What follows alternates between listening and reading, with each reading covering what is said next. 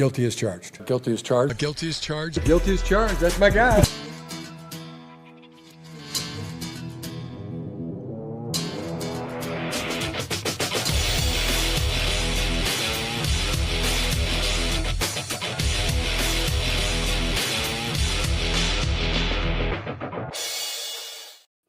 Hey, what is up, everybody? Welcome to the Guilty as Charged podcast, coming to you live on a Tuesday evening. My name is Steven, and I am the host, back after a little brief hiatus. Appreciate Tyler and Alex for covering for me this Sunday. Was out with the family for the birthday dinner, so appreciate you guys jumping in there. If it were a Week 18 win the AFC West game, I would have missed my birthday dinner, but since it was not any real stakes there, but appreciate you guys for covering for me on Sunday. Well, you didn't want to recap the Trey Lance game with us and all that sort of stuff, the Marlo Wax legacy game. Happy birthday. I won't say how old you are, but he's reaching Tony Jefferson age and an Unk age, if you will. Congratulations to you. I'm right behind him, so I'm just making jokes, knowing that that's where I'll be in a year or so. But, Chargers looked interesting in that fifth preseason game that we got. So it was kind of fun to recap some of it. But tonight, a lot of stuff to talk about. I know there's a lot going on in the coaching cycle. We'll dive more into that down the line. But tonight, I really wanted to talk about that John Harbaugh firing. And then, of course, top 10 Chargers of 2025, which should be fun. It's a bit of a sad list. The fans surprised me as much as anything with their top 10. Yeah, I'm excited to see where you and I have each player. I think now we're going to differ in a couple of places, which should be fun. Yeah, it should be fun. It was definitely a crazy day in the NFL with John Harbaugh getting fired, which we'll talk about some of the Chargers stuff, just because there's so much overlap between those two organizations. But yeah, real quickly on the defensive performances, I had a ton of fun watching that tape back, man. I thought the Chargers defense and the backups, played extremely well. And you mentioned Marlo Wax. I thought Jamari Caldwell, Tito Ogbonia, who are rotational players, but still necessarily not starters. But they were fantastic. I thought Tony Jefferson was fantastic, and that mic'd up was awesome. So the Chargers backup defense against the Broncos starters was a fun watch, man. I'm itching to potentially get a rematch there with the starters and with Khalil Mack and with Tuli Tuipulotu and all those guys. Derwin James, obviously. But quick shout out to the backup defense, man. Delshon Phillips as well, I didn't mention. Was a great tape watch from those guys. Oh yeah. And I hated the whole, changing of Broncos narratives and other narratives. Like, well, the Broncos didn't show their hand and they were doing this and they were calling vanilla offense. For one, I don't know how much really incredible, extreme, variable stuff that Peyton calls for Knicks as is. It honestly just looked like a bad Bo Knicks day and a generally not great offensive day for them. At the end of the day, you watch the line of scrimmage, and regardless of what is called, the linebackers and D tackles and the edge rushers essentially own the line of scrimmage for most of the day, and that's not with a ton of their starters out there. Certainly not their 2, 3, 4 best players. So I want that Broncos matchup so bad. Like, I just want to get past the Patriots, just go kick the shit out of the Broncos, dude. Yeah. The Broncos fans are saying that, but Sean Payton was very vocal that they were trying to win and they were playing their best. And, the fans can think whatever it is. Bo Nix is, 22 wins or whatever. But they were calling their usual stuff, but Bo Nix it was a bad Bo Nix game. As somebody who doesn't believe in Bo Nix, it was a bad Bo Nix game. And the Chargers deserve a lot of credit for diving in there. Yes, they do. Okay, we don't want to get too ahead of ourselves. Hope Chargers have an actual playoff game this week against a different team, not named the Denver Broncos.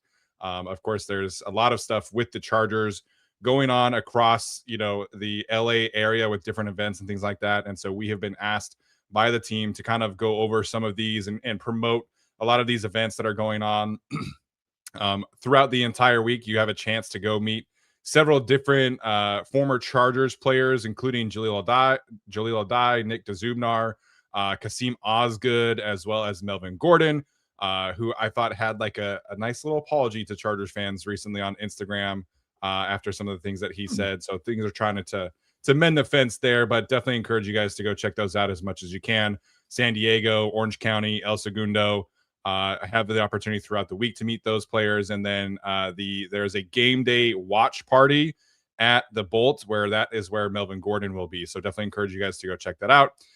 There are several different team ups happening with local iconic restaurants for fans sweepstakes. Beginning this week, fans can visit participating iconic restaurants across LA, Orange County, and San Diego to enjoy exclusive Chargers themed specialty menu items.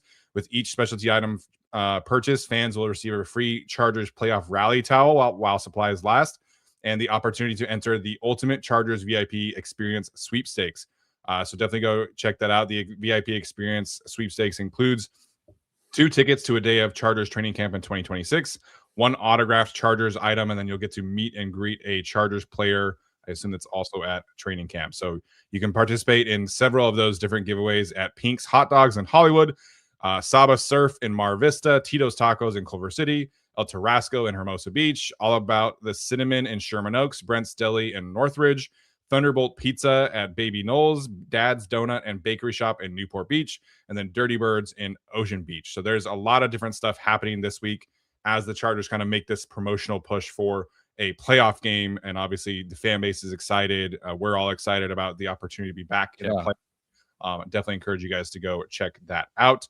And appreciate the Chargers as always for working with us, as well as reaching out to us to help support their initiative as well. They work so hard as a to get these opportunities for fans. And one of my favorite things that they've been doing this year is just if you're a season ticket holder and you go to X amount of games, you get the opportunity to go to these meet and greets on a regular basis. And the Chargers fans that I've been following have had a chance to meet in person, like Darius Davis and Quentin Johnson and stuff like that. So the Chargers are really making a strong point to, engage with us as a fan base, and definitely want to give a shout out to them for all the different efforts and events that they have going on specifically for this week.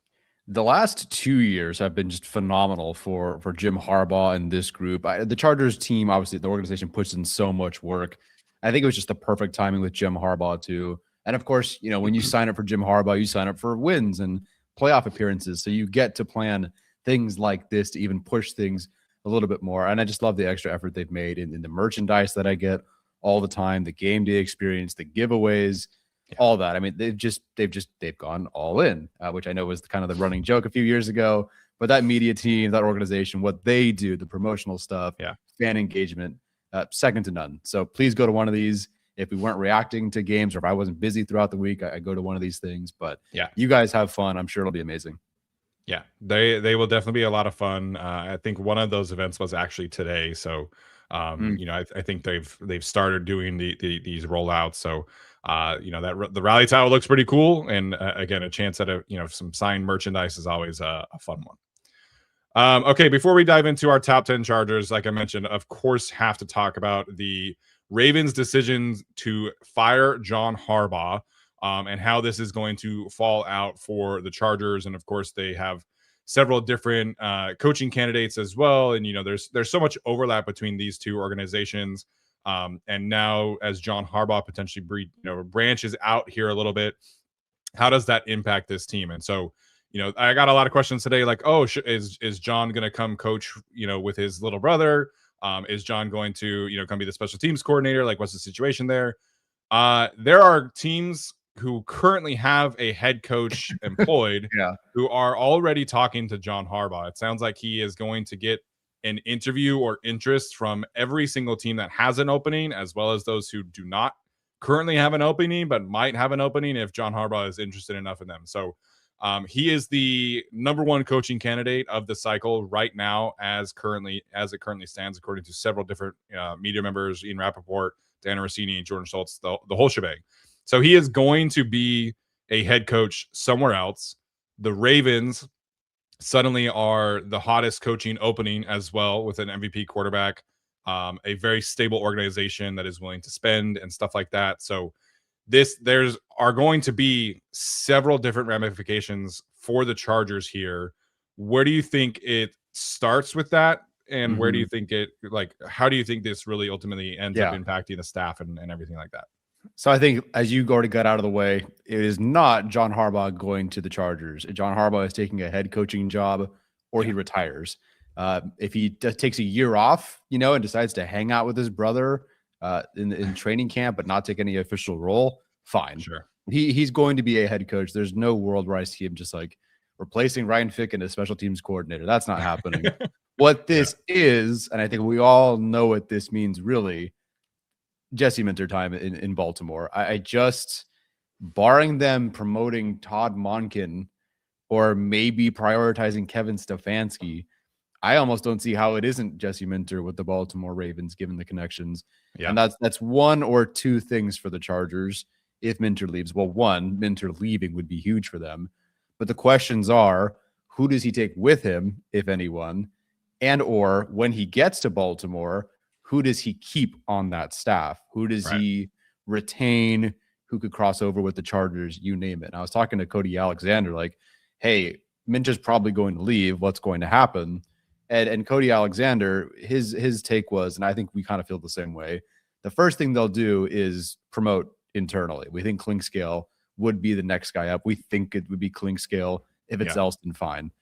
But if not, for sure. Yeah, but if not, they're going to go after either someone who is currently with the Ravens or someone who was with the Ravens during that time. Like, if you were associated with the Ravens the last 2-3 years, you're going to be the Chargers defensive coordinator or on the staff in some capacity, unless you are Clinkscale, who is going to be probably the defensive coordinator.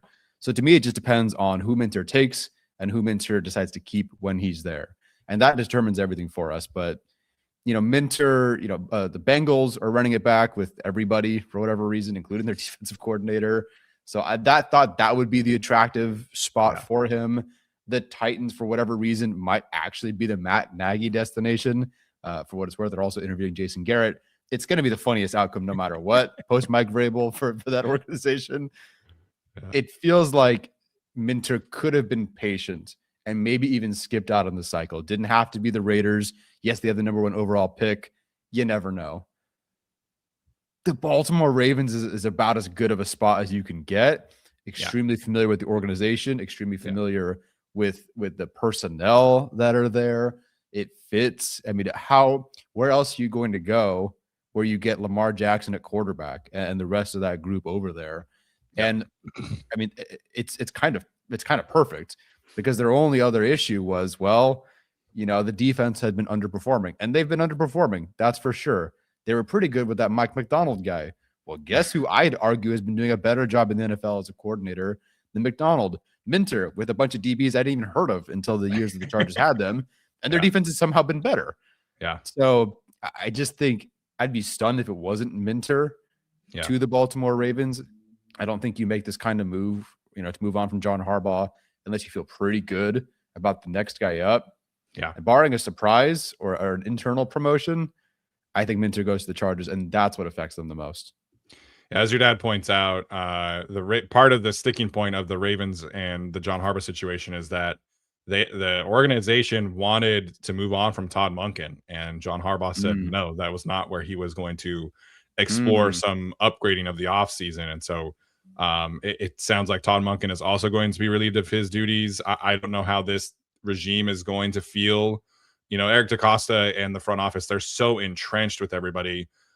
Zach Orr, who's their current defensive coordinator, has been kind of just groomed for this ever since he played for them. He went from playing right into coaching for the Ravens, and it's been up and down, but I don't know how this current regime feels about Zach Orr and the job that he's doing. But at least on offense, there's going to be a lot of changes there. And Todd Monken, I saw that there was actually some interest in him going back to the college ranks. So we'll see what happens there. Like Trevor Sikkema and a bunch of other people were like, yeah, Todd Monken as the OC here. Like people like Todd Monken. So I'm surprised that this was kind of the hiccup for the Ravens and John Harbaugh. So I think with that, being said, Jesse Minter to Baltimore, to me, like you mentioned, it does become very, very much a real possibility.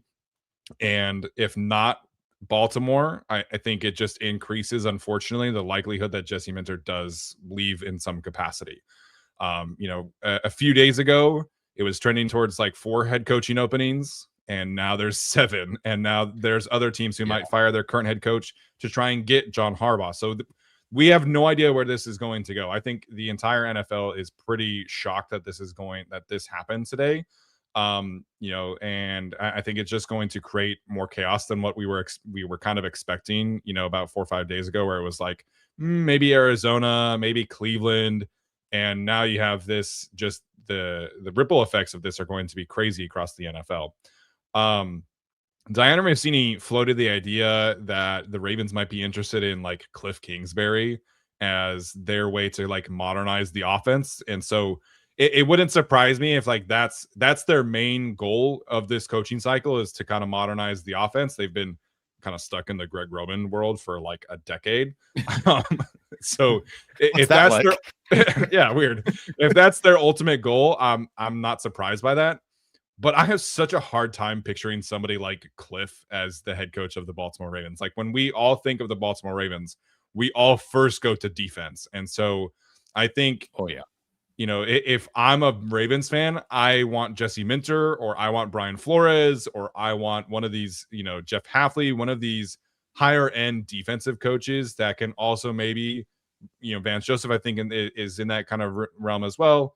I think that is where I would want to go if I were a Ravens fan, because when you have a guy like Lamar Jackson, you really just need like, the equivalent of Tom Monken as a play caller to be, high level on offense. But the problem with their team the last few years has been the defense and just like situational execution, and maybe attention to detail has suffered a little bit with John Harbaugh. When you've been in a place for 19 years, stuff like that can kind of go by the wayside. And so somebody like Jesse Minter, I like I hope he doesn't leave, obviously. But I think Jesse Minter would be fantastic there. Obviously maybe some Yeah. concerns about like who he would bring with him on offense, sort of thing. Mhm. That's my main thing about Jesse Minter in this cycle is, if I were a team, I would want to figure out, who's he bringing on offense, because I damn sure wouldn't want Greg Roman. And I don't think his connections are limited to that, but whether it's Baltimore, whether it's another place, it just opens up, a greater possibility that Jesse Minter ultimately gets, a coaching position elsewhere. And guys like Jordan Schultz and James Palmer have said, they're hearing he's a rising star. And I think Jordan Schultz said he's like the number one candidate. Granted, this was before Harbaugh and Stefanski got fired, excuse me. But there's just a lot of buzz about Minter this cycle, and deservedly so. And so unfortunately, it seems like he's trending to be a head coach somewhere else. And it's Yeah. great for him, but for the Chargers, it just is unfortunate because he's so good. I love Yeah. Jesse Minter, man. Yeah, it's been fun. Hopefully, we get more than even one more game with Jesse Minter moving forward. Obviously, it'd Yeah. be great if he was back next season, and it's still possible. But I think that presents a too good to be true opportunity. If they want to go with Cliff Kingsbury and the Titans want to hire Nagy, and everyone wants to screw up, and Minter is Yeah. back, hey, I'm totally fine with that. But I remember back in the Jim Harbaugh cycle, we were discussing options for the Chargers, and I think you and I and a lot of fans we knew Mike Macdonald was a top even 4 or maybe 3 candidate, maybe even top, 2, depending on what you were thinking. But Yeah, you and I were a for little the bit more keen on like experience, but he was correct, definitely well, Mike McDonald was definitely in the top 5. you and I were leaning offensive side of the football Yeah, and not necessarily a first year guy. right. And of course, if it's a first year guy, it's Ben Johnson. Like it was pretty clear to me it was 3 guys and everyone else Yeah, because we wanted an offensive mind, around the team, whether it's experienced or just Ben Johnson, the best possible option. But McDonald was great, and I think we almost even overlooked him as an option for the Chargers because of the Brandon Staley experience potentially. But I think you look at, I mean, what Mike McDonald has done with the pieces already in place in defense in Seattle. Granted, Seattle's drafted very well. The Ravens generally draft pretty freaking well too. I right. just think watching the progression of Mike McDonald only, I think, should make Ravens fans more assured that Minter could work because you don't have to have the Geno Smith or Sam Darnold thing. You just have the here's Lamar Jackson thing. So that Right. takes care of that problem. And then Right. you just create an absolute terror on defense. And I think that Minter, with John Harbaugh, he didn't call plays. He doesn't have that specific thing on either, in any phase Yep. necessarily. Whereas Minter, I think, and maybe that could change if he delegates things, but would be have a true impact forever on the defensive side of the football. It sucks, but basically the Ravens would be having a top 10 defense every year as long as he's there. Probably a top 5 defense because the pieces Yeah. are there and could only get better. So Yeah, I just think Minter to the Ravens kind of almost has to happen. And I would even extend a little further. I know this is not necessarily a coach thing, but I think the first thing, as long as they have the opportunity to do it, I know he probably tests free agency. I think a new head coach goes, "What are you doing? Bring Linderbaum back." And I think that will also kind of bite the Chargers in the ass moving forward too, because it's like, okay, my first thing is to do what? Get rid of the really good center we have? No. And especially if it's Minter going, listen, I've seen not so great center play. Yeah. Make sure that guy comes back. And I think that's a Yeah. priority number one for a new head coach or veteran head coach. So I think that also kind of gets them in the end too. Yeah, I think with obviously with John Harbaugh leaving elsewhere, there's going to be, a lot of roster, turnover in the NFL, and that's going to lead towards some former Ravens who are on the Chargers maybe going and following John Harbaugh wherever he ends up, and obviously it's going to lead to current Ravens maybe following John Harbaugh or vice versa. So the roster stuff is going to be very, very interesting as well. Final thing on Minter, because I've gotten this comment a lot, from not just from James, but people are saying like, "Oh, why don't you just give Jesse Minter a raise, keep him around? He can be selective, etc." Ben Johnson was selective. I just think like offensive coaches can be selective. Defensive coaches really cannot. You only get so many opportunities in the NFL where you as a defensive coach have the kind of sway to take a high level job like a Baltimore. And this current coaching cycle is so heavy with defensive coaches, and people are trying to, a lot of the reporters are talking about like Davis Webb, who's the quarterbacks coach in Denver, as like a head coaching candidate, because there are so few higher end offensive coaches. Like teams trying to talk themselves into Cliff Kingsbury, Matt Nagy. Like, I'm sorry, that doesn't move me as a fan. But there are so many defensive coaches, and so if Jesse Minter gets an offer, I expect him to take it, because you only get so many opportunities in the NFL to really be a head coach. There's only 32 openings. It's not like college where there's hundreds of college openings. Um, and I expect him to absolutely nail the interview process, because he is Oh so yeah. detailed. He is so just electric even at the podium. Like, he is one of my favorite coaches to listen to talk. Only one I And, listen to. I've gotten the chance to sit in a couple of press conferences, and just like the amount of information he has in his head and his ability to relate to players is just truly, truly next level. So I've shared this in the Discord a couple of times. Obviously things have changed since this point. I know for a fact that there are 3 teams who are going to put in requests to interview Jesse Minter as soon as the Chargers season ends. And again, that was before the Ravens fired John Harbaugh. So I would expect he interviews in at least 4 places at this point in time. Does he get those jobs? We have no idea, right? Like, what does Kevin Stefanski decide? What does John Harbaugh decide? Those are 2 very, very Right. big dominoes this coaching cycle. But I fully expect Jesse Minter to get multiple head coaching interviews as soon as the Charger season is over. And, I would expect him to land one of those at this point in time. Obviously, could he decide to stay? Sure. But I just think if he gets offered one, I think he takes it, because that's the ambition of every coach, is to be a head coach. And I think that is what is going to happen. And unfortunately for the Chargers, they're going to lose, I think one of the 2 or 3 best play callers in the NFL. Yeah. Hard to argue with the results that he's had. I know some Chargers fans can be frustrated, but we haven't even, Minter with the Chargers and even with Michigan has never really had all those elite pieces on defense. Yes, there are pieces on the Chargers defense, but Mike McDonald in both Michigan and with Seattle has gotten way better players to work with overall across the board. If Minter goes to the Ravens, that's the best talent he's had ever. If you don't count his time with the Ravens. They have they have a need at edge, but like, yeah, there's a lot of good people. Yeah, sign away back. Which I actually think they might do that.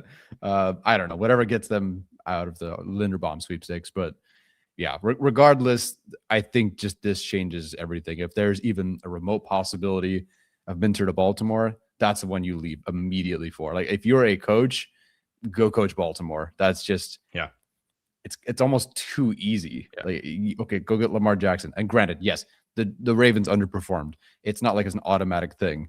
not like Lamar was out there either all year, Right. but like, come on, that's got to be one of Right. the easiest gigs to go sign up for. Yeah, you look around the league and some of these openings, right? Like the Cardinals, you have no idea what they're going to do with Kyler Murray. I expect they would move on. They don't have a way to get to a high-end quarterback.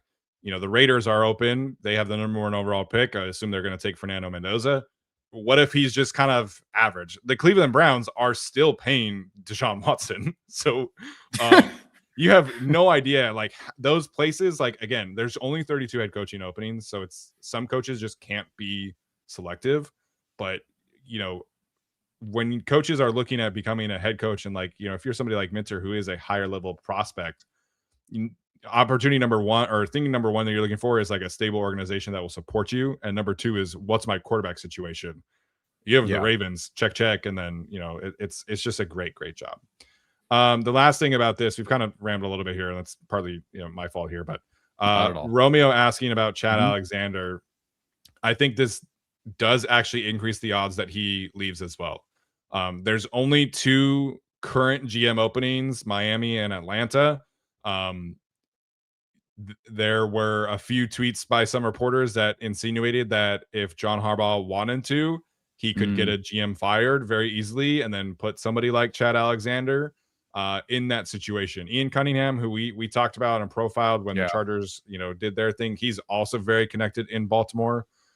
So those 2 guys would be kind of the next man up if you want. Jason Brown, who is with the Giants right now, who the Chargers interviewed, was a finalist for the Chargers GM spot.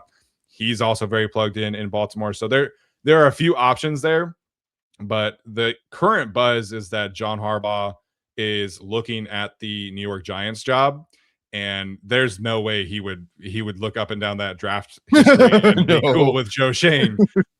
So if he goes somewhere and there's a GM, for whatever reason, if he's just like that petty that he would take the Cleveland job, that's not happening.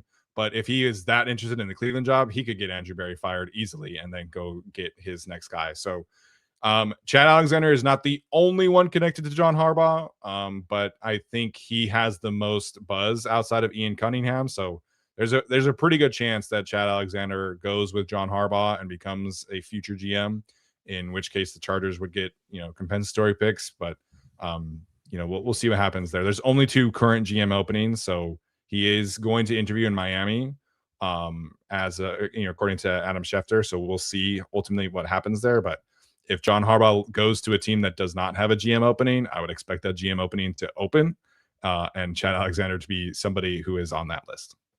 Yeah, Chad Alexander is an interesting one because I don't know if I know enough about him or he's had enough success for me to be like, heck yeah, that's the guy. But if it can make some sense in terms of connections, and you have the kind of the same Batman and Robin relationship that Harbaugh and Ortiz seem to have had, that's a pretty solid opening. To go follow John Harbaugh sounds pretty good. Yeah.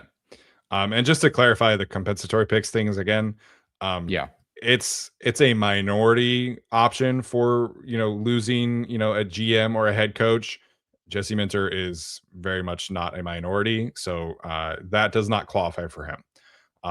But for Chad Alexander, they would get 2 third-round compensatory picks, which would help quite a lot for the next couple of years since they've made a lot of trades and don't have a ton of draft picks going forward.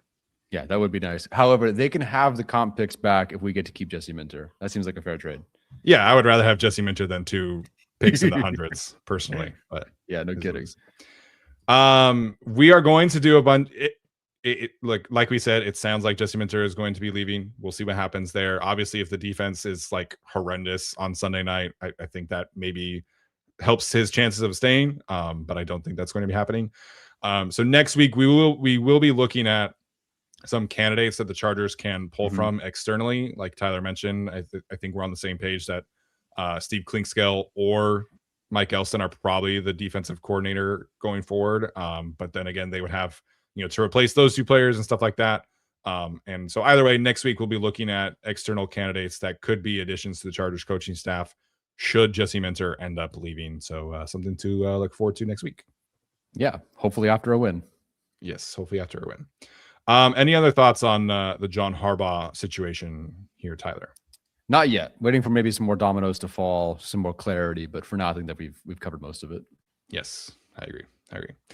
All right, real quick, have to give a quick shout out to our friends over at PrizePicks before we begin, or before we continue, I should say. Obviously, we have been working with PrizePicks for a couple of years now, and we really appreciate their partnership. And so this episode of the Guilty as Charged podcast is brought to you by PrizePicks. It is, of course, the end of the holiday season, but it is the best time of year for sports. We have some college football playoff games this weekend, coming down the end of the season. We have NFL playoffs, the wild card weekend. Basketball matchups. I was just watching the Duke and Louisville college basketball game and couldn't believe that Carlos Boozer had a son playing in that game. Made me feel super old. But anyways, this is the best time of the year for sports. There are so many things happening, obviously hockey as well. And while you and I make decisions every single day, what to eat, what to wear, what to watch, all of this stuff, there's one place where it always feels good to be right, and that is PrizePicks. Talked about this a bunch of times, but they are always adding new features to the app, and now you have the ability for an early payout. If your lineup gets off to a hot start, you may now have the option to cash out those winnings before the game even finishes. So be sure to download the PrizePicks app today. Use the code GUILTY to get $50 in lineups after you play your first $5 lineup. That's code GUILTY to get $50 in lineups after you play your first $5 lineups. PrizePicks. It's good to be right. Okay, let's jump into our top 10 Chargers of 2025. As Tyler put in the chat, you guys live, if you want to send in your list, feel free and go ahead. You posted a poll on our Discord and YouTube memberships, I believe. Correct. Do you want to start with that and see where Chargers fans are at? Okay. Sure. Where are Chargers fans at? I was a little curious where you guys would go with this, and thank you for your patience with my Google form. I had no better option, but some things will mirror or be pretty close to what we have, but I did want to give you guys like some love here. So your honorable mentions in terms of the voting: Tony Jefferson, Kamani Vidal, Aronde Gadsden, Deion Henley, and Trey Harris. What I wanted to note is it not only was Ladd McConkey not in the top 10 and not an honorable mention, only 3 of I think it'd be like 70 something ballots even had Ladd McConkey on their list at all, and they were 8th, and 10th. Like, he was a complete afterthought in this exercise among Chargers fans, and we'll see if we agree or disagree. For the Chargers fans that did vote, top 10: Quentin Johnston, Odafe Owe, Zion Johnson, Khalil Mack, and then Cameron Dicker. And then 5-1, Dante Jackson, T.R. Tart, Derwin James, Tuli Tuipulotu, and Justin Herbert. I think I agree with some of this in terms of the placement. I think Chargers fans would have called me a liar if I told them that they were going to vote Zion Johnson into the top 8 of this season. Granted, there are several names missing due to injury, but I was surprised to see who the Chargers fans, not that I pulled all of our Chargers fans, but certainly more than the 14 we used to have. And that was the top 10 they gave us. Yeah, I was stunned to see the Ladd McConkey situation. He is not in my top 10, but he is my honorable mention. Spoiler. But yeah, I was surprised to see that only 3 ballots had Ladd McConkey on there. So we'll see where he's at. But that is probably the stunner of the fan polls, I guess. Yeah, I guess we'll get to it. We'll wait till we get to the list, and then we can talk about Ladd McConkey. Okay, cool. All right, should we get started then? Let's do it. I'm ready to go with the ugly white spreadsheet here, and I hope you all enjoy. Okay, so we have 2 honorable mentions for the top 10. Before we get started, I just to kind of like, peek behind the curtain a little bit. My list, because there are so many players who are like missed a lot of time or who they traded for. I prioritize players who were here the whole season, played a whole season, and performed at a higher level for an entire season than somebody who had, maybe elite moments or things like that. So Joe Alt made the Pro Bowl, but he's not on my list because he only played in 4 games, really. As much as I wanted to put Joe Alt on here, I think obviously he's probably the 3rd or maybe even 2nd, like best player on the team. But when it comes to just, ranking the production of 2025, I did leave Joe Alt off. Omari Hampton also did not make my list because he did not play a whole lot.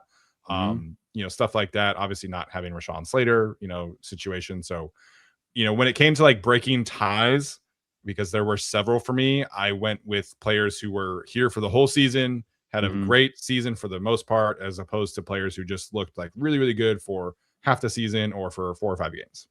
It's so difficult. This list, after maybe it's even the top 5, it's impossible to really try to sort out who had the most impact, given, like you said, Owe wasn't playing with the Chargers the entire time.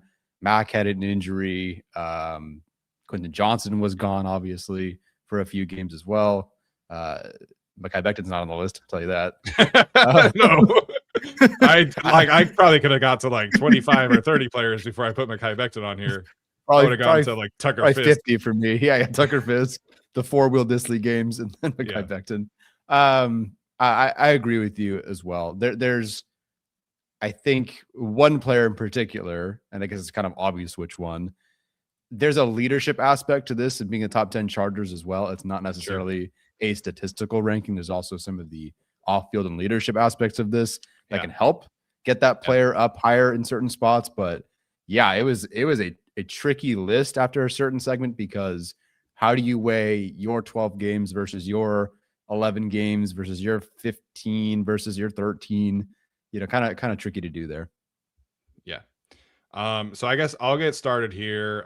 My first honorable mention is going to go to Ladd McConkey. I think this, he led the team in receiving yards. It was obviously a bit of a down season from a production standpoint. But we watch the tape every single week, and he's getting open. And I think that the film looks good. It's just like the targets are down. Specifically, the third down situation has come down. You mentioned, during our playoff preview, mini playoff preview show last week, that the Chargers' motion rate is down. Their overall open rate is down. And I think, unfortunately, like the offensive line situation, all of that has led to a quote unquote down year for Ladd McConkey. But even on ESPN's open score, he's 14th, right behind Jalen Waddle, Jamar Chase, and Malik Neighbors, AJ Brown. So like, he's still getting open. The film still looks good.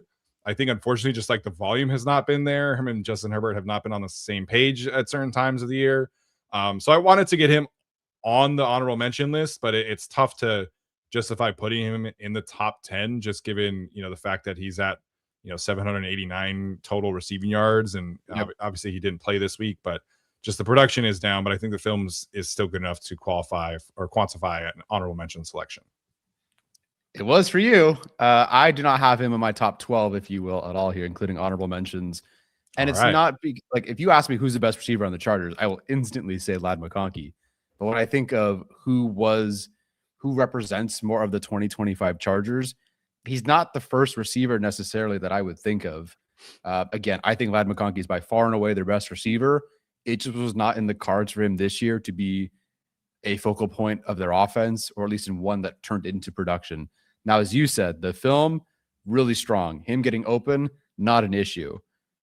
Maybe I shouldn't be penalizing him for that. And maybe it's a bit unfair. By the way, this receiver group was like absolute chaos to try to break these ties with this group, because they're all in the same practically cluster. So it's really difficult to break these ties. And I only have one receiver in my top 10. But yeah, I didn't have Ladd McConkey on here, which I think he's one of their, 7 best players. And I still feel that way, but I don't have him on here. That's fair. If you're talking about like the story of the season, I think that's right. That's probably fair. So I assume we both have Keenan on here at some point. I do have Keenan on here at some point. Do you have a second receiver on here? I can do both honorable mentions since you're sort of okay. So go for it. I decided Quentin Johnson was on here as my honorable mention. And I think he's easily in the top 10 over, my other guy, Keenan Allen, if he plays the whole season. Because I think with the touchdowns, like when Quentin Johnson was the guy, he was their wide receiver 1, essentially. Yeah, and first like 6 weeks especially, Yeah, and then now kind of towards the rest of the season as well, he was their guy in terms of the wide receiver 1, the big plays. And I think just when you look back on the season, the development that he had and the steps forward that he made, he's the guy that stands out in terms of like, I'll remember this season as the one where Quentin Johnson, I don't say silenced the haters. He's still got a ways to go. But boy, was that so much better than we're used to seeing. And I just think the last time we saw him was the near 100 yards or whatever it was against the Houston Texans. What a redemption for him. What a great game overall for him. So I think that he jumps into my honorable mentions because I just think he showed me a little bit more when he was the guy on the field. It was the Quentin Johnson show more than anything else. Yeah, I completely agree with that. And I think just when he's, been targeted heavily, like the offense just looks so much better. And Yeah. it's been fun to watch, honestly. Like his open score, again, citing that is so much better than it has been. Watching him on tape, the release game is just so much better than where it was when he was a rookie. I actually thought, again, like the Texans tape was really, really good. He finished the season over 50% in contested catches this year, which is fantastic. I had multiple of them that were crucial, crucial moments for the Chargers. So I don't necessarily disagree with having Quentin over Ladd for this season. Mhm. Um, I had a difficult time parsing like my feelings about Ladd versus the other Right. receivers, and ultimately I felt like because he was there for the whole season and he was getting open so often, I felt like I had to put Ladd in some capacity, but I totally get putting Quentin in here instead of him just from a production standpoint. Yes. I'm very curious then who your other, unless you want me to do my honorable mention. You can go here next if you want. Okay, so this list is going to be a list of, geez, really? This guy wasn't on the top 10? And granted, I won't mention every name because they will just not be on the on here at all. Sure. Very curious where this person is for you, but I have Dayon Henley here as an honorable mention. I think the start of the year was, well, sorry, the 2 games were great. Then that middle portion stretch of the year, right until the bye, was just not great. And it is truly, unfortunately, statistically, a down year for him overall in terms of the tackles. I think the pressures are up by like 1, but it just was not the same guy. The big splash plays that we thought were coming last year, they didn't happen. And so for him last year, we wanted to see those splash plays, but now some of the more regular plays were down. Some of the passing game issues over the middle were problematic. I think post bye, they found a much better role for him and he looked better. But Mhm. there was a genuine stretch of the season where he was one of the worst defenders on the field, and that penalizes him here for me. Yeah, that penalized him for me as well. He does not make my list. Mhm. There still are too many instances where he is not really able to shed tacklers at a high enough level, or shed blockers, excuse me, at a high enough level for my liking. I was hoping that that was a area where he would improve. I tried to get a linebacker on here. I thought about putting Denzel Perryman on here because Yeah. like the on-off splits of when Denzel Perryman is on the field and not on the field from a run defense standpoint, were just it was not great. And obviously he was hurt, he was suspended. And then Delshon Phillips played like out of his mind the last couple of games. And so I kind of Yes. that impacted how I felt about Denzel. But I thought about putting one of those two on here. Ultimately, I just think Dayon was too inconsistent, and I thought that Perryman was not on the field enough. Um, Yep. so my next honorable mention is actually going to be Tarheeb Still. I think was an Mm. honorable mention for me last year, if I'm not mistaken. Much deeper list for the Chargers last year, like you mentioned. But I think the production was down for Tarheeb this year. Obviously, a lot of the targets went towards other corners. Yeah. But you kind of talked about just the consistency of play from Tarheeb Still this season. And he talked heading into the season that he really wanted to improve as a tackler. And I think mission accomplished. He was, I believe, top 20 in run defense grade among all corners. He had 8 run stops on the season.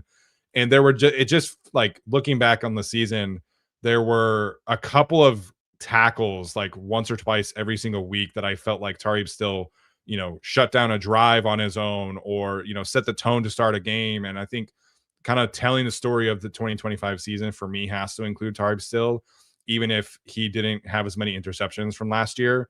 Um, Up until the past couple of weeks, he was still above, 15% in forced completion percentage. And then, there were some other targets and things like that that didn't go his way the last few games. So I still think he had a really, really strong season, even if he didn't get the interceptions. And the film looks really good. The tackling is really good. And there's been some games where Derwin James has had to miss, or they've had some safety issues, and having Tarib Still in the slot, I think just kind of gives them that security blanket where if we have to move Derwin around, we know we still have a high end slot and in Mhm. Tarib Still. And so for me, I felt like I needed to reward him in that sense. Yeah, great call there. He was my 13th. If we had to have another honorable mention list and keep going, he would have Sure. been my next guy. I think that we were a little concerned early on with some of the penalties because it felt like teams were going to pick on him down the field. He just was not getting his head around. But I feel awful that Tarheeb still illegal contact penalty Yeah. happened, which you Yeah. can still debate whether that should have been a call or not. Because I thought he played a great game and he only allowed 19 yards in those last 3 games. He finished strong. Like if you tell me that Tarheeb still is like a low key defensive MVP in the playoffs against May next week, I wouldn't be surprised. Like I think and with the way Minter's kind of letting him blitz as well, I think he's rounding into form back to maybe more of what I wanted to see.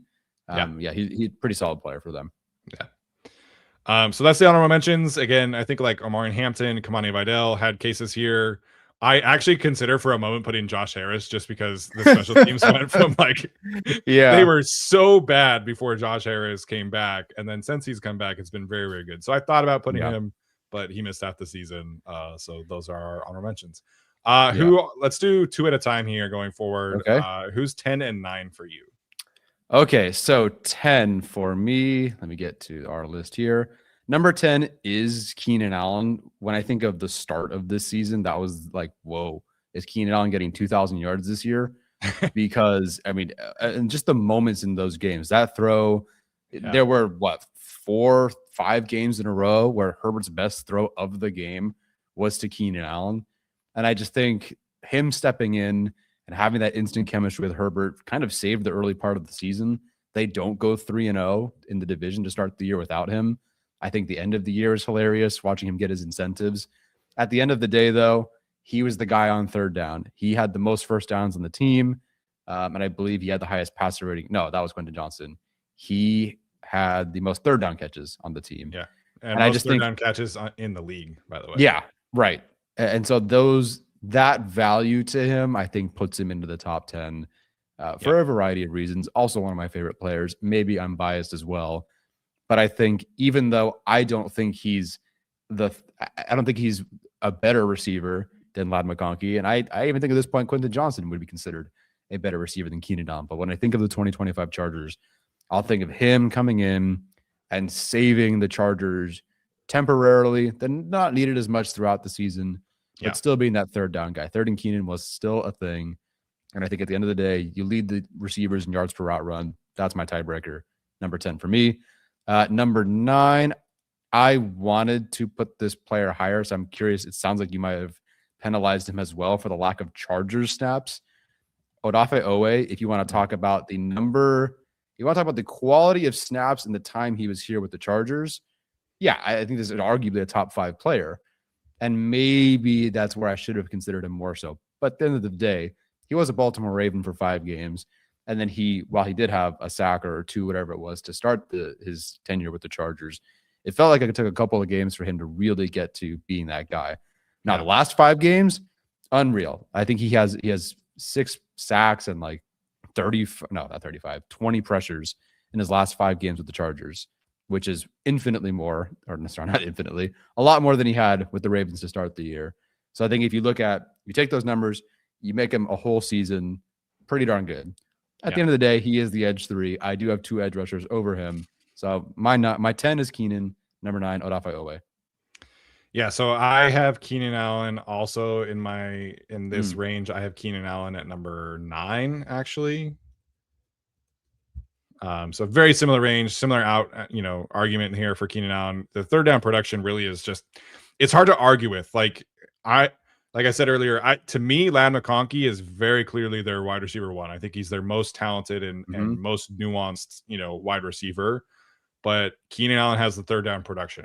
It's tough to argue with how much Justin Herbert looks his way in clutch situations. And you mentioned EPA per target. That is Quentin. Quentin has more touchdowns, more explosive plays, so that makes sense. But right behind him on that in that metric is Keenan. So for me, I'm kind of inching towards maybe him like not returning in 2026 just because of what we've seen from Trey Harris and all these guys. But if he wants to come back, I'm not going to complain. Just because his ability to get open on third downs is just it has helped save this season, like you mentioned, and we'll talk about it. Justin Herbert stat that relates to Keenan Allen, when we get to Herbert, but it's just, really, really helped, save the season there. Mhm. At number 10, I'm actually going with Zion Johnson here. I assume he's higher for you. And that might surprise. Is he higher for you? I mean, he has to be because I've Okay. already went 10-9. Okay. So for Zion, right? Like I think you have to talk about him this season, and some fans might hate this or not, but the reality of the situation is that a lot of the Chargers' best players have missed a lot of time. But when it comes to Zion Johnson, he's second in ESPN's run block win rate among all guards. We've always known that he's been a really, really strong run blocker, and he's been the key piece of how they want to attack teams on the run. And he's just been really, really steady in that, sense in his entire career. We knew that was going to happen. What we didn't know is like how much would he actually improve this season, as a pass blocker. Would he improve at all, or would it be more of the same? And he finished the regular season 16th among 61 starting guards in pass blocking efficiency rating. That's a statistic from PFF that measures how many snaps you're playing versus how many pressures, sacks, hits that you're allowing. So for Zion Johnson to be 16th in that metric is a really tremendous achievement for him. I think the most pressures he allowed in a game this year was 4, and that was against DeForest Buckner, back in like week 8. So it's an understandable situation, but I thought he played really good against like Jeffrey Simmons. I thought he played or they did play Jeffrey Simmons, excuse me. But I thought he played really good against Chris Jones twice. I thought he played good against some other standout, interior defensive linemen. Is it perfect? Is he the player that I thought he was going to be? No, but I think he has become an above average guard who has, done enough for me to return for next season and beyond. And hopefully that's the case. I would expect that, just given how Jim Harbaugh talks about him. But he is their best lineman. If the pass catchers had been more productive, is he on this list? Probably not. If Deion had his all pro season that we were hoping for, is Zion on this list? Probably not. But unfortunately for the others, fortunately for Zion, there was just not enough consistency and health for him not to make the list. Yeah. The absence of Rashawn Slater and Joe Alt only make his spot on this list more assured, and not necessarily just because of like the pure performance, but just because it was kind of it. It was basically everyone felt Zion Johnson and everybody else that was also there. Maybe they had a good game or two. But I mean, look at the players he's played next to. I mean, it's 476 snaps next to Austin Deculus, 302 next to Joe Alt, 250 next to Jamari Sawyer, 47 next to Trevor Penning, 36 next to Bobby Hart, 15 next to Trey Pipkins, 14 next to Foster Sarrell, and to the right of him was Bradley Bozeman, who Duke Manyweather thinks is the worst center in football. So he played next to a revolving door at left tackle and the worst center in football. For him to even have remotely a half decent season is good enough for me to put him on the list.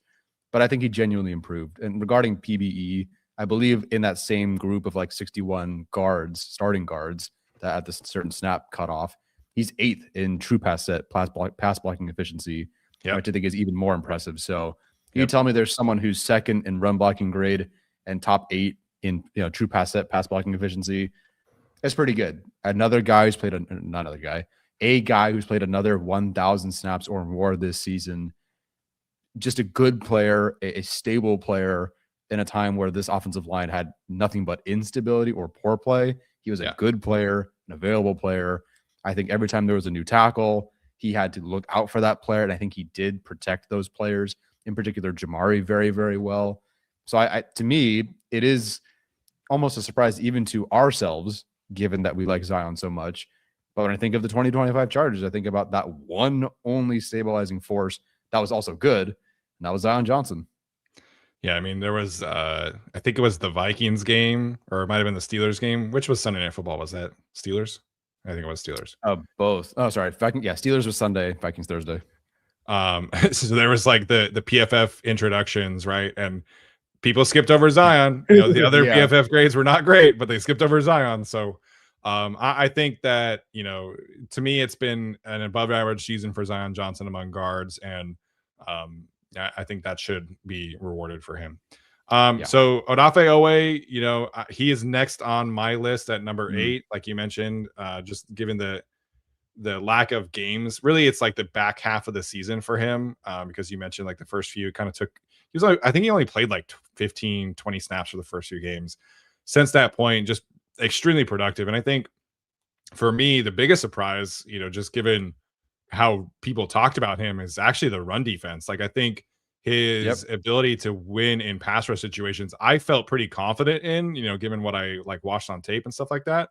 And just his metrics, like it all lines up. So he finished the season with 16.6 pass rush win rate as a Charger, which is 14th in that, and since he came to the team. But he also had a 76.1 run defense grade. He had 10 run stops. His run stop percentage was 11.4, which was sixth among edge rushers with at least 20% of their snaps. So like he's a productive run defender too, which I've been very pleasantly surprised by. He's another one who I thought was really good this past Sunday against the Broncos. So if he had played more games, he would be higher, but he has to be on the list because I think he, in part with like Khalil Mack returning to his injury, like it just took the Chargers defense to a height that we really were not seeing in the first few games. Like they were still good in the first few games, right? But then once Owe and Khalil Mack got back, their defense, they've been, a top 5 defense in the league since the bye week in particular. So I think you have to reward Owe, even if it was only basically like 8 games that he was like playing at this kind of level. Yeah, I love that you brought up the run defense because I mean, listen, the Ravens fans told us, like, good God, this guy stinks and he won't play run. It's like, okay, you don't really need him to play that. To me, the pass rush was as advertised, if not better, but the run stuff was really surprising and was just a true bonus to all of this. I don't know if it's because he plays with 2 other edge rushers who are just absolute gnarly in the run game with Khalil Mack, with Tuli Tuipulotu. Man, I was surprised by Odafe Owe in the run game. And I think he's only improved. I think if Ravens fans are sitting at home and watching the playoffs on Sunday, they'll be surprised to see Owe not be an elite run defender. I think of the 3, he's the 3rd best, but I think they'd be surprised to see him actually make a couple of plays there. Yeah, definitely agree there. So very pleasantly surprised. He is somebody that I very much want to see brought back to the Chargers, but we'll see if they can afford it. So number 7 for me is this has been a tricky like separation point for me. Because you're talking at this point, I think there's there's a top 5 that I really, really wanted to reward. And then there's the Chargers kicker who I wanted to reward. And then the other one in here is Khalil Mack. So I had a tough time sorting Khalil and Dicker in particular, because Dicker only plays, 5-6 snaps a game, and Khalil, who we'll talk about in a second. So I ultimately ended up with Cameron Dicker at 7. Ultimately, obviously a tough game against the Houston Texans, but he was 34 of 35 on PATs. He was 38 of 41 on field goals, which is 92%, which ranked 5th in the league. Just nails from 50 yards. So I had a tough time like sorting where to put him, just again because he's so good at his job, but his job is only 4 or 5 plays a game. But 7 is where I ended up with Cameron Dicker. Yeah, if we're being real in terms of, you and your job, this list is technically Herbert, then Josh Harris, then Cameron Dicker, or J.K. Scott the holder. So the kicker conversation is always so difficult. I have him on the top 10 as well. I'll just say that at least. So, but yes, Dicker and Mack were the 2 trickiest ones to place for me. Because we've said a couple of names, I won't talk too much about them. But so my number 8, yes, I do have him higher, but not a whole lot higher. That was Zion Johnson. Nice. Zion Johnson for all the reasons you mentioned and we discussed. And then number 7 for me, the tiebreaker here was kind of a sort of stats thing, sort of snaps, like the number of snaps thing. And then just, I don't know. It's tricky to parse out the rest of the players. This is where I think you and I will differ the most because I have TR Tart right here. I don't know how much higher you have him. It's not like, he's not 1. So for you, he's somewhere between 6 and 2. He is not 1. I can confirm that. He's at least not 1. Pretty sure he's not 2 or 3 either. But this is where I have him. When I look back on the season, it starts with the bitch slap of Travis Kelce, and it ends with the Houston Texans flop. Yeah. And, the personality of the Chargers defense was kind of TR Tart. And for sometimes it was, it drew a penalty. Sometimes it wasn't the best thing at the, maybe hold back a little bit with your emotions sometimes. But it was just like, that guy just wanted to kick some ass. And for the most part, it was generally well handled and just filthy up front.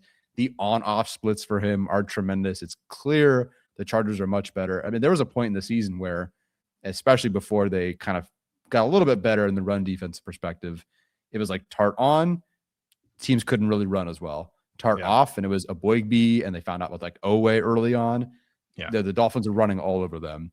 So I think, if you want to argue best at his role, Tart probably could be higher. To me, I just think there's a little bit more weight given to other positions. Incredibly, I do have Cameron Dicker higher, but we'll talk about him in a bit. Yeah, so I'll put Tier Tart where I have him. I have him at 5, so not that much higher, but definitely higher. You mentioned the on-off splits, and so this was, a lot of this is like we can tell the difference, right? We don't have the ability to isolate specifically on like the EPA website or Next Gen Stats, but other people do. And so Nate Tice from Yahoo Sports tweeted about this. When Tier Tart has been on the field, the Chargers' rushing success rate allowed was 38%. When he was off the field, it was 48%. For reference sake, 48% rushing success rate allowed would be dead last in the NFL. The only team who is in that same range is the New York Giants, who's at 47.8%. 38% when he's on the field would be just below the Houston Texans and the Los Angeles Rams. It would be ahead of the Tennessee Titans and the Carolina Panthers, as well as the Kansas City Chiefs. So it's very difficult to say, he's on the field, so that equals this, because there are so many other things, right? Like you could probably do the same thing for Denzel Perryman, maybe not be that drastic of a difference, but for him specifically, I think you can really tell. And then Nate Tice also mentioned that when he is on the field, they have a run stuff percentage of 24%. So essentially, like, are you getting the running back at or behind the line of scrimmage? 24% is really, really high. When he's been off the field, it's 17%, which is still good. It's not as big of a drop off as the rushing success rate.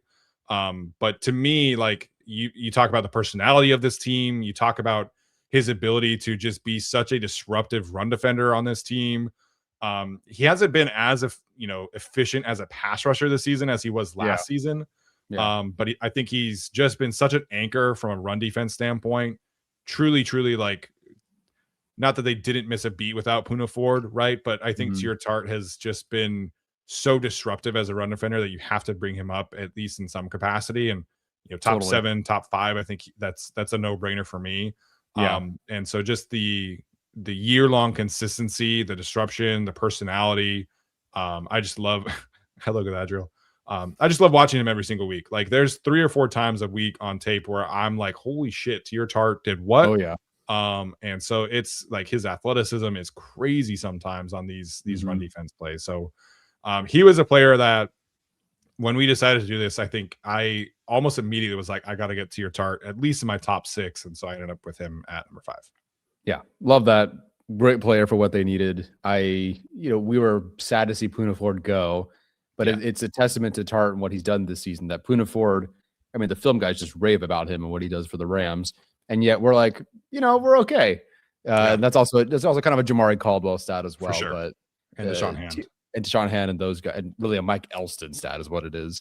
But Tier Tart to just be that new guy for them has been great to see. So I love that call there. Who's your number 6? It kind of hurt me to do this, but this is where I'm putting Khalil Mack. Okay. Again, just the missed games. He ended up missing 7 games. It was 6 games plus 1 where he played like 10 snaps against the Colts. So it did hurt me to put him this low, but the guys in front of him all played the entire season. And I felt like I needed to reward that. So again, do I think Khalil Mack is the 6th best Charger this season? Probably not. But just the missed games, I think, matter a lot to me. Since week 8, he has 34 pressures, which is 15th most among edge rushers. This week 8 to 17, I should say, because he didn't play this last week. And the pass rush production it's been about what it's been the last couple of seasons. Obviously, in 2023, he had an insane season, and the past couple of seasons have been more about, in like the 15 to 20 range in pass rush production. But from week 8 to 17, he was 4th in run defense grade. He had 13 run stops, which was 5th. 10.1 run stop percentage, which was second. Like this guy at age 34 is still the second or third best run defending edge rusher in the Yep. league.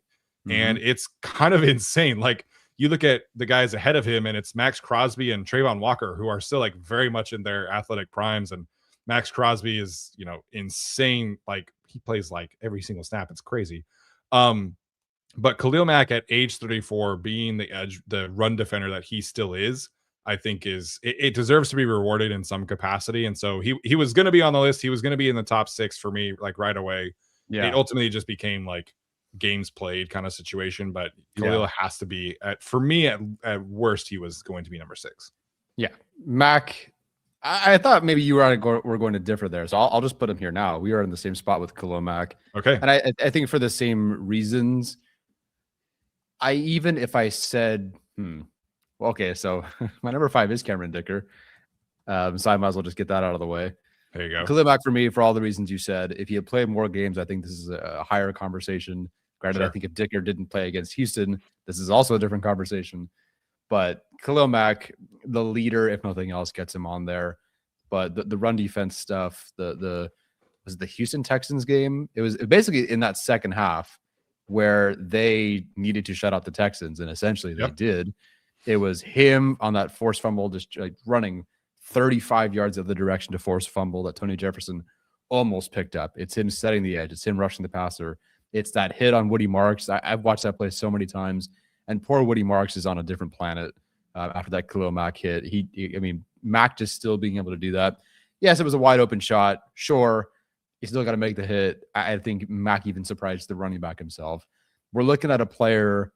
We're not going to get the same, 80 pressure kind of season guy. And I kind of hope he never really is that guy, because I want them to find another Owe kind of guy, or just Owe himself, who can take some of that pressure off. But this is a guy you feel like, as long as his heart's in it, could play another 5 more years. At the way he's going, yes, statistically, he's not quite what he was, but I think he'll be generally compensated about the same for what he is able to do, and then just give him another $5 million just for the leadership.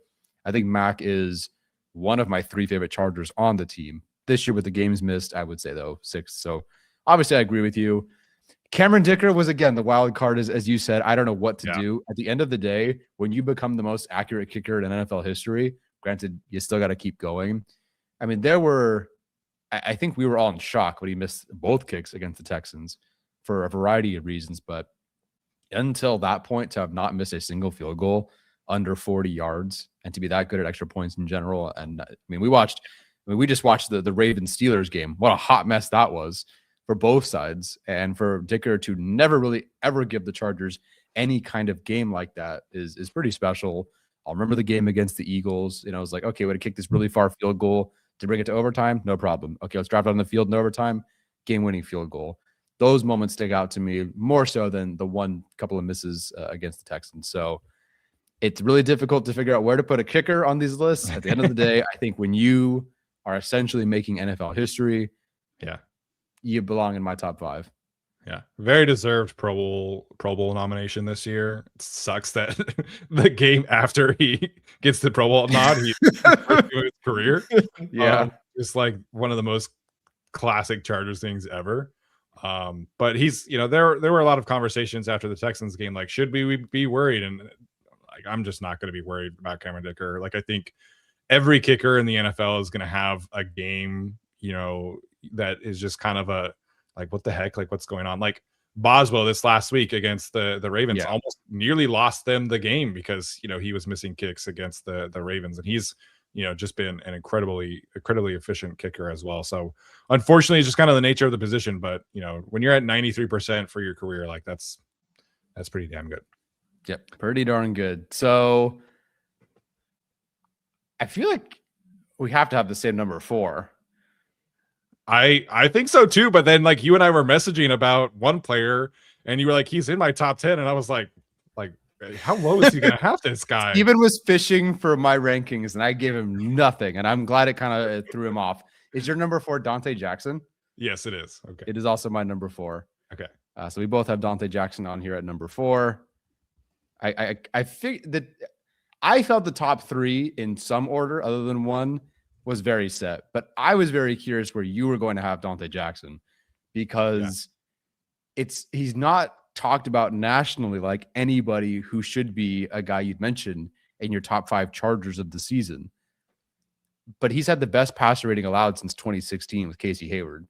And it wasn't even close for the last few years. It was, thanks, Brandon. You're talking about just as a Charger, right? As a Charger. Yeah, okay. The Dante Jackson as a Charger this year has had the lowest passer rating allowed in a single season than any Chargers player has had since 2016. No Michael Davis, no Zont, clearly no JC Jackson. Couple of Casey Hayward years he beat. It took those great Casey Hayward years to beat him. And of course, he's also wearing 26. So Dante Jackson, the numbers are very good. So he is third in passer rating allowed this year. Again, the best by a Chargers corner since 2016. Top 12 in forced incompletion rate. Only 308 yards allowed. And for what it's worth, like a pretty good tackler too. I think he generally gave you about everything you wanted from a corner. And the fact that he's inexpensive and back next year is awesome. I don't think there's any player who, entering like preseason expectations exceeded those expectations more than Dante Jackson. Like I think when he was signed, everybody was like, oh, is this just like maybe a little bit better than Christian Fulton? And turns out he's been incredible. You mentioned a couple of stats there that really point to, his production. Obviously the 4 interceptions, which is, I was surprised that there weren't more interceptions in the league this year, but there were not. So he's third in the league in interceptions. And Aaron Schatz pointing this out, that he is third in coverage DVOA. So he's been the third most effective, cornerback in the NFL when it comes to their coverage grading system at FTN, which is just a real, shout out to how he plays. There's one particular thing about him that really bothers me, which is when they're in cover 3, he really bites aggressively on the underneath routes, and it's bit them in the ass a couple of times. But when it comes to being in phase and making a play on the football, Dante Jackson has been fantastic. And it's not something that I expected, because he's always had a lot of interceptions, but you look at some of the ones he had for the Steelers, and it was like a tipped pass here, or like just a horrible, egregious overthrow there. But this year, all of his interceptions and pass breakups have been like at the point of attack against, a really good receiver. And he's just been like really, really pleasantly surprising that way. Similarly to Owe, very surprised as a run defender as well. He's not nearly the run defender that Tarheeb still is, but that was a concern going from Fulton to Jackson of mine, was that Fulton was really, really good as a run defender, was like the biggest strength of him as a player. But Jackson hasn't been quite as good, but he's been still good. And I think, his play has earned him that. I forget which ESPN reporter, or not reporter. I can't remember if it was Ben Solak or if it was, I think it was Bill Barnwell. Bill Barnwell had him as second team All-Pro. That was a surprise. Yeah, that was definitely a surprise. So some people out there are giving him his flowers, and I think that's very well deserved for him. Yeah, great call on the acknowledgement of his improvement just outperforming expectations. Yeah, there's I can't imagine it's even close for any of these individuals. Like I thought it was very much an in Minter we trust signing. And okay, there's some skill set here, but this guy's, I think this would have been his 3rd or 4th team, was a little better with the Steelers than he was with the Panthers. But like, all right, what are we getting here? It's maybe he's, you cut him in 2026. It's a good stopgap ahead of the draft where you're going to draft a corner maybe. Nope. Like he's fully 100% CB1 for them next year. If they want to go draft another corner, fine. Don't think they will. But Dante Jackson outperforming expectations. Phenomenal player for the Chargers this year. The tip pass to Tony Jefferson for that interception is going to be a top 5 play of the year for the Chargers. 100%. Amazing. Jaguar man also brings up Benjamin St-Juste. He didn't play nearly enough to be on this list, but another player who has been very pleasantly surprising. He's actually higher than Dante Jackson in forcing completion percentage and coverage grade. Obviously played like half the snaps that Dante Jackson does, but when the Chargers signed him, it was like, what the fuck are they doing? Like, who is it? Why are they doing this? But Benjamin St-Juste has been, a solid player for them. And he's been really good in his role, which has been fun to see. Yeah. So I'll put in my top 3 here, and then we can talk about each of them because I don't think there's any surprise. The Chargers have 2 Pro Bowlers and then Justin Herbert. So I have Tuipulotu at number 3. Hello, can I spell Tuipulotu? Like freaking Tony Romo over here. Derwin James at 2, and then Justin Herbert at 1, which is no surprise to anybody. Yeah, number 1 was set. I knew where I was starting with this, and then I had no idea what to do after that. But then, of course, the top 3 did solidify itself. I thought you might have put Thule in as your number 2 player. I have the same ranking as you. Ultimately, I mean, the numbers for Durbin are fantastic as is. But to me, who do you remove from this team between Thule and Derwin? And who does it, who has the greater effect if you remove that player? Yeah. Derwin's the MVP of the defense. And we kind of knew that going into this season. I think if I think of this season, it's kind of the Thule breakout year. And like top 3 is no slouch. That's no problem at all. It's a great spot for him to be in. But you take Derwin out of this, and I don't know what this defense looks like. I think he might have had better seasons. I was still hoping for a bit more from him in terms of the splash plays, but sure, he's still a phenomenal player. He's the MVP of the defense, Pro Bowl player, will be an All-Pro player. See if he gets an extension. Yeah, I think the lack of splash plays has definitely affected him, and some Chargers fans are like talking a little crazy about Derwin James, but I mentioned the DVOA from FTN. Derwin James is actually number 1 on that list. They put him there after he had X amount of slot snaps where he plays the most. He's 7th among safeties in total defensive grade. He's 6th in pressures. He's 3rd in total stops. He has 3 interceptions. When it comes to slot coverage, he's 5th in yards per snap among slot defenders. He's 2nd in passer rating when targeted. He has 3 sacks and 5 quarterback hits. So, they're using him about the same amount as a blitzer. And the production as a pass rusher has come down a little bit. The interceptions have come down a little bit, right? And there were like a few games, like the like in the middle of the season, like the Washington game, I thought was kind of rough for Derwin. There were some missed tackle games that were not great. I think in that game he had like 4 missed tackles, so it's been a little hit or miss at like very minimal moments, but when it comes to like the run defense, the coverage structure, I mean, they build the entire defense around around Derwin James and what he's able to do. And so I just think that he changes the way that this team plays. His ability to take away tight ends and man coverage, his ability to be a plus run defender, all of that stuff plays into him being top 3. I think Thule for me, he's taken such a big step where it feels a little bad to like punish him in this sense, but it really is just like the leadership of Derwin James was kind of the biggest difference, because the numbers for both of them are really truly elite in both aspects. So Thule, 70 pressures on the season, was 9th most, 13 sacks, 7th, 13 quarterback hits, was 13th, obviously before week 18. He was 7th in pass rush productivity. He had 17 run stops. He was 3rd in average depth of tackle. So there are other edge defenders who have more run stops and a higher run stop percentage. But Thule, when he gets a run stop, man, like he makes it count. His run stops are super, super impactful. And so I think you have to reward him. He was basically on his own for like 6 weeks as an edge rusher. And there were a couple of rough moments. Washington game also was not good for him. The Indianapolis game was not very good for him either.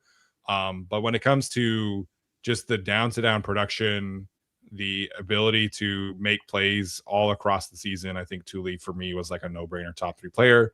And was rightly awarded to the Pro Bowl. Yeah, I'm glad he was. I wasn't sure how Chargers fans would vote on that one, but good to see him rewarded for the season. And so thank you for Chargers fans for that. The surprising thing, and the thing I've been loving to watch and track all season, well, I didn't get to track it, I just looked at the rankings, from Brandon Thorne and his true sack rate. I mean, if you look at the true sack rate, I mean, he charts everything for these edge rushers. If you want to spend money on something, you could almost ditch PFF and look at these just for the pure, honest evaluation and raw, like pure charting that goes into these. Yes, PFF covers more, but for $8 a month, sign up for Brandon Thorne's Trench Warfare Substack. And it's in terms of sack score, which really heavily weighs like the quality of the sacks that you have, not just cleanup ones, but high quality ones. Tuli was 8th in terms of overall high quality sacks, and in terms of sack score and the per pressure or per play rate for him. I mean, it's Myles Garrett, Daniel Hunter, Parsons, Hutchinson, Benito, Sweat, Anderson, Chase Young, and then Tuli, and then Pretty good everybody list. else after him. That's a pretty good list. Ahead of Brian Burns, Byron Young, James Pierce, Max Crosby, Dallas Turner. Some of these players, you're like, oh, that's the good player. That's a good player. But Tuli be in that conversation, not just in terms of the pure stats, but also like the quality of his reps. I think if you watch some Tuli games, you go, he's kind of the cleanup guy. I think you think Tuli is the cleanup guy because he's also the cleanup guy, because he's got more motor than anybody else on the field. Like, he will also go clean up the play, but at the same time, he has some, especially against guards, unbelievable reps against those players. I mean, he was as early as the first game, and I wish we got to see him and Mac start together, and of course, like Owe, the three of them, because it was very clear early on, game one. See that really bad guard from BYU? Yeah, you go take him out and end this game. You go after those guys, and Mac did as well. So yeah, Tuli, top 3 player for the stats, for the on-field play, for the ascension in his play, easily top 3 for me. Yeah, I think after last season, there was a big narrative among the fan base of like, oh, he hasn't really improved much as a pass rusher. He's still just kind of like bull rush and power. And there were definitely glimpses of it. You had to squint a little bit, but there were glimpses of a cross chop and a double swipe and things like that. But we have to remember, he's still 20 years old. USC had him playing nose tackle like a third of the snaps. Like he came into the league essentially as a clean slate edge rusher, and I think he's really taken a lot of tremendous strides just from his pass rush arsenal. You mentioned in the guard reps, like he hits these guards with a spin move every once in a while that just is filthy. The cross chop is there, the swipe is there, so he's getting there as just like a pass rush specialist, and he's still improving and had 70 pressures and 13 sacks and 13 quarterback hits this year. So I think it stands to reason that he is going to continue to improve, and next season, I think he's going to get a nice little payday here in the next couple of months and continue to take that step forward. And we've kind of talked about this, just feels like a kindred spirit of Khalil Mack, where he just is such a put my head down and work and be an example and do the little things. He's still playing a lot of snaps on special teams, even though he's the third best player on the team, on this list. So it's a guy that the Chargers can build around. And, coming off of his rookie season, we were like, oh, he's a long-term asset, but maybe he's more of like a complementary piece. Whereas this season, he's taken that step that I hoped he would. And I think he's here to stay. And I think he's going to get a much bigger payday than a lot of people online think, because what he does is just, it's tough to find, edge rushers who are like him and people who are like him to keep in your building as well. Yeah, I mean, and again, as you mentioned, 23 years old, like he is not done developing as an individual yet. I mean, you have a player who's 23, not even officially in his prime yet, which is kind of nuts, who you can rush over a guard or any interior player if you need to, who's second in ESPN's run stop rate, who has 70 pressures, 13 sacks, 32 stops, is an incredible motor, by all accounts, a great human being, seems to work harder than anybody, literally only cares about football, arguably as much as like Harbaugh and Justin Herbert do, because all he does is just seems to want to play football and learn about football and work out, and that's it. Person who's top 8 in Brendan Thorne's charting for a high quality sacks, and he also plays 133 special team snaps. What does this guy not do? It was very hard for me to not put him number 2, and he's got a strong case for it. Yeah. His vacations are to Disneyland with his girlfriend or fiance. I can't remember if he's engaged or not, but he doesn't leave LA unless he's doing it for the Chargers. No, I love, like, he just is in LA all summer training, and I love that about him. So hopefully he can go experience some other places. Traveling, I think, is important, but Hawaii, like that's as far as I'll go, probably. Yeah, probably. Okay, getting to Justin Herbert, I don't think this is a surprise. Obviously, this is not the most gaudy stats this year for a variety of reasons. But when I was looking at preparing for this show and looking at how can I make an argument for Justin Herbert to be, not to Chargers fans, you guys all know that Justin Herbert is the most valuable, most important player on the team. But if I was looking to try and make like his MVP case, or like try and argue like why he is still is this kind of player, So I went on the EPA website and I was isolating third and fourth downs in the fourth quarter and overtime of games. The Chargers, they haven't had any overtime games, right? Eagles. That's right, the Eagles game. So third and fourth downs in the fourth quarter and overtimes, what everybody would consider clutch moments, right? Yep. You have to filter it to like 25 snaps to get the bulk of the starting quarterback. So it's not like a huge sample size. It's not 1,000 snaps, stuff like that. But of any quarterback with at least 25 opportunities, third and fourth down in the fourth quarter and overtime, Justin Herbert was second in success rate. Second, with all of the offensive line issues, the play caller issues that we've talked about. The receivers are not having like the best season. Everything else that's just going on. Daniel Popper had like an awesome article where he's outlining how many times he was hit this season. Everything that has gone on this season for Justin Herbert, and he is second in success rate in clutch situations in the NFL. Trailing only Brock Purdy, who's at like 67%, which is crazy.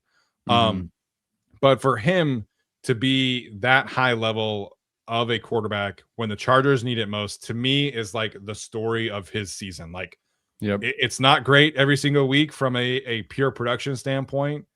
He's had to, do a lot more work with his legs this season. He's second in rushing yards among all quarterbacks, which is not something I ever expected to have happen. But that stat, to me, tells the story of Justin Herbert, where he is putting the team on his back. As NFL is that he is the leader of this team. He is the franchise quarterback. He is clutch. He is elite in those moments. And I think if you don't agree, I think you're just not really watching these games. But it's impossible to put him higher than 1. But if I could, I would. It's been just such an incredibly clutch and impressive performance this season for Justin Herbert. You've said everything, and I think the discourse has been, and we've said everything we possibly can, and yet I feel like, especially with the postseason rounding into form, people have found new ways to express just how good Justin Herbert is. I forget who it was. It might have been Ben Fennell, but someone posted the PFF rankings for the offensive lines going into the postseason, and it's like, oh, the Broncos in their number 1 group, and the Bills in their number 5 group. Oh, at the bottom, 32nd and 31st was the Chargers. And I think there was, I forget who had the stat. I apologize. Someone said, with the rankings of the Chargers offensive line, it would be the worst offensive line to win a playoff game. Well, not the line that wins a playoff game, but Herbert would be playing in front of or behind an offensive line. That's the worst since 2006 or whenever they started even charting this metric. His wide receivers are Greg Roman's stat, I think, but they're 31st in open score rate. Like, imagine that. 129 hits, 32nd in pass blocking, 31st in run blocking, or whatever it was. Your receivers are 31st in open rate out of 32. Greg Roman's your coordinator. You have a broken hand. Your running back, one running back blows out his Achilles, which had never happened in his career. Hampton goes down. Even Vidal missed some games. Your only center that stuck around, or the only player that was healthy, was Bradley Bozeman. Mike Williams retires in the offseason. Like, everything was like, what is happening? And then every week, yes, I know Herbert is the quarterback, so of course he's always the guy you feel can will this team to victory. But if I go through this list of all the players, and I think how many of them had games where they were the ones who willed the Chargers to victory, I don't know if there's one player who had that one game where it was like they weren't going to lose no matter what. It was probably 15 of 16 games for Justin Herbert. Like, heaven forbid he finally got one game where he didn't have to be perfect, and he was probably still pretty good. Every game, that Texans game included, it's a shame that we didn't get to see a final drive from him. Every single game, this guy brought his team to as close to a victory or to a victory if he could. I am desperate and praying, and I wish I could exchange anything for him to get a playoff win on Sunday. I think he can get it done. I think the team can get it done. But I so desperately want this guy to be rewarded for going through somehow not the worst year of his career in terms of injuries and things in front of him, but one of the worst ones you can imagine a quarterback going through and still winning 11 games.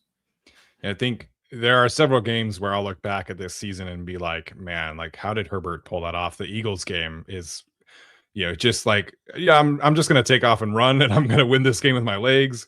The Dolphins game, where he was hit, I think it was 9 or 10 times in that game. Jalen Phillips, they're starting Bobby Hart, who, to his credit, has been so much better than I ever thought possible. But they started Bobby Hart 10 days after signing him off the street, and he was starting in a game for the first time in like 4 years. And Justin just stood back there and did his business and was so good in that game, so clutch. The stat that you mentioned was from Brendan Hecht, who got this stat from PFF. Says that per PFF, if the Chargers win a wild card game this weekend versus the Patriots, it will be the worst offensive line to win a playoff game since they started tracking in 2006, since the 2011 Giants, who currently hold that record, which is crazy because the Giants ended up winning the Super Bowl that year. But yeah, not a great Charger stat, but shout out to Brendan for bringing it up to our attention. Yeah. So Herbert easy number one. He's, if you could separate him into a different spot, you would. He was very much so a different tier than these guys. NFL's list says he would sacrifice a Broncos fan for a playoff win. Same. Just go find me one. They'll sign up. I'll have them jump into a volcano for $100. Absolutely. So yeah, that is our list. Again, Tyler's list: Quentin Johnson, Dan Henley, honorable mention; Keenan Allen at 10, Odafe Owe at 9, Zion Johnson 8, Tier Tart 7, Khalil Mack 6, Cameron Dicker 5, Dante Jackson 4, Tuli Tuipulotu 3, Derwin James 2, Justin Herbert 1. I had the same 1 through 4. Tier Tart at 5, Khalil Mack at 6, Cameron Dicker 7, Odafe Owe 8, Keenan Allen 9, Zion Johnson 10, and then Tarib still Lan McConkey as my honorable mentions. So, not the list we would have expected. No shot, I guess, Dante Jackson top 4 at the beginning of this year at all. I'm curious where we had him ranked. It might have been average starter when we did our tier rankings, but the Minter and Klingscale effect, at least for one more year. Yes. All due respect to Dante Jackson, I hope he is not number 4 on this list next year. I hope he is. Well, let's see. No, fifth. Let's call it fifth. Fifth is good. Yeah, fifth should be the best possible outcome for Dante Jackson next year. Yeah, that means Joe Walt's leg is in the other direction if he's not. Yeah, Rashawn Slater and all that. Yeah. All right, we'll get to some super chats to end tonight. Appreciate you guys jumping in here for an hour and a half on a Tuesday. Wyatt says one Todd Monken, please. Would be very funny. Be funny. It would be absolutely hilarious, but. Of all the external options we'll talk about, they will be defensive heavy and or maybe a pass game coordinator like Drew Terrell from the Cardinals. Maybe he gets let go and then he's like their new pass game coordinator if the Chargers want to make that switch. But Greg Roman is staying. I'd be stunned if he was gone. Yeah, we both tweeted about it, but Johnny Morton, who was fired today from the Lions, would be a great pass game coordinator. Was not great as a play caller, but I think he is the perfect kind of coach to be pass game coordinator for the Chargers. But we'll see. He might also just go back to Denver because he's very plugged in with Sean Payton also. No. Wyatt also says we lose Minter to Baltimore and keep Roman. Believe it or not. How do you say Seppuku? Okay. That's the thing from the Samurai show, right? Sure. I mean, I don't think it's just specifically a Samurai show, but yes, you are on the right track. Okay. Lose Minter to Baltimore and keep Roman. Well, get your sword ready, buddy, because you better sharpen that sword. It's not great. Dinesh says, happy birthday, Steven. Thank you. Hope you had a lovely family dinner and happy new year to you both and wish you growth. I hope we have a less frustrating 26 season and we can keep Jesse Minter to make a tough run, keeping the chemistry. I would love for one more year with Jesse Minter, man. It would be amazing. It would be amazing. You know, the Ravens couldn't quite find their footing post McDonald, and I hope the Chargers, with the promotion of Klingscale, will be able to do that. But thank you, Dinesh, for your kind words. I feel like he's jumped in the last year or so and has been super positive. So thank you. Yeah, we appreciate that. $20 super chat to wish me happy birthday as well. Also very, very kind. You and I have talked about this a bunch, but like we've kind of felt that the 2026 offseason is like the push your chips in and let's make a real run at this thing. And obviously we hope that Alt and Slater are back and the offense is just much healthier as a whole. It's just been such a tough year. The only position group that hasn't really been impacted by injuries is the wide receivers. And hopefully that continues. But, you know, tight end, you went through the whole list talking about Herbert, right? But hopefully the offense is just much healthier next year. And Jesse Minter coming back would just help keep things trending in the right direction. But, you know, we'll see what happens there. Yeah, and things have been. Wyatt sent in another one, says, you think the 2 comp picks is worth losing Chad? I mean, obviously the Chargers are set with Joe Ortiz in the general manager sense, and as long as he's around, like the structure and the strategy is going to be the same. But you know, Chad Alexander was on with Jordan Rodrigue and just was so much fun to listen to, and he's been on with like Daniel Jeremiah, who's they're like friends with and go way back. But you know, he's been a super crucial part, in particular with all of the ways that the Chargers have handled you know, veteran free agents during the season. You know, like a Marcus May type situation from last season really stands out to me. The trade for Odafe Owe, obviously Ortiz like has the direct connections here, but from my understanding, like when it comes to free agents and specifically like in season stuff, that's a lot of Chad Alexander, and they've, you know, saved the season a couple of times. The Tier Tart stuff, Elijah Molden stuff. So losing him would hurt definitely. I would love to keep him, and we'll see what happens there. But 2 comp picks for this team in this current situation would be very helpful, just given that they only have 5 picks for next year right now. If they lose him to a GM spot, they would have 6. So that just gives you some extra flexibility that would definitely help out. But Chad's great by all accounts. He's a phenomenal human and great at his job. Yeah, the clip that Jordan had posted was them finding a specific kind of archetype, particularly on defense, that fits what they want to do on defense. And that's the calling card for this front office right now, is not just the draft, but in free agency, finding guys that fit exactly what they want. And the coaches on the defensive side immediately get them to be the best versions possible. And I think that's partially coaching, but also finding the right guys that fit them. Yeah, I agree. Wyatt again says Herbert is his all top 10. Similarly, not Alex says top 5 players of Chargers this year: Justin Herbert, Herbo, Justin Patrick, Herbert, and then Josh Harris. So shout out Josh Harris. Shout out Josh Harris. Alex wants to know, when we win on Sunday, who's getting a game ball? There's no way it's not Justin Herbert. Yeah, I feel like that has to be the individual, almost regardless of performance. Who gets the game ball if they win? So they play the Patriots. Derwin. I don't know. Yeah. Lad. Oh, I want the Lad McConkey mini revenge game just because you didn't draft me. Yeah, I want Lad McConkey. That's the one. Yeah. I think when I picture like how the Chargers win this game, it's got to be a big running back game. Also, like we'll see about Amari Hampton's health later this week, tomorrow. But Kamani Vidal seems healthier, and so hopefully one of the running backs is that game ball situation. Obviously, Herbert for his first playoff win would be a no brainer. Again, kind of picturing like how the Chargers win. Stephon Diggs, Loki has had like an awesome season. So if Dante Jackson gets an interception there, or Cam Hart or Tariq Still, I don't know how they're gonna, figure out how to guard him. But if one of the corners has a great impactful game, that would be a huge help. So Denzel Perryman coming back from suspension, that would be great. So I think, to me though, when I picture like how they win, it's Herbert and one of the running backs. I think 2 of those guys have to like really, really shine. Yeah, running back will be awesome. CJH, Telesco's last draft class greater than Ortiz's first class. Wow. Okay, well, slightly unfair that one has had more time to develop all the way through, so we don't know for sure. But I think that Alt is granted not on the field. Alt is a better player than Thule. I think those 2 are kind of your matchup there. I would take Lad over Quentin, even though I just ranked him higher. To me, where things obviously the difference is the rest of the draft in that class. And with Aboigbe having, a combination of stops and pressures like 45, I think, plus the 6 sacks and him taking a step forward, Cam Hart, Tariq Still, that matters more. And Scott Matlack, I don't count because they drafted him as a D tackle.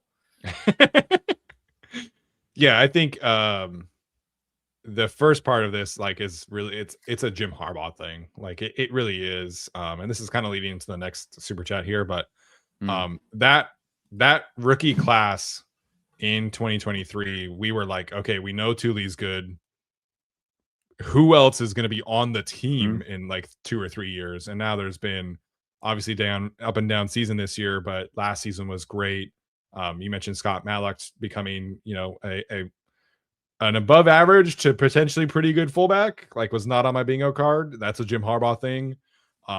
If they did not put him on into that plan, I don't think he is on the team. So like credit to them and him for Yeah. doing that. So it's tough for me to be like, yeah, I agree or disagree with this because of the coaching change and how the coaching change has impacted that last Telesco class. But to me, True. it's just going to be tough for any other future class to beat Joe Alt and Lad McConkey in the first 2 rounds, and then getting two legitimately good corners in the 5th round. Like it's going to be tough for any future class to top that.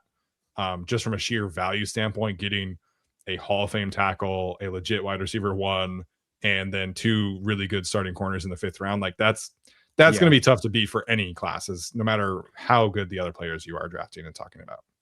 Yeah, I think, and of course, one class drafted 5th overall, and the other one drafted 21st. Right. If you want to look at the last Joe Ortiz class versus this one for some pretty close picks, Hampton, Trey Harris, Caldwell, Kennard, KLS, Gadsden versus Quentin Tooley, Henley, and those guys. I think there's more of an argument to be made there, but again, that's just so early. Yeah, I agree.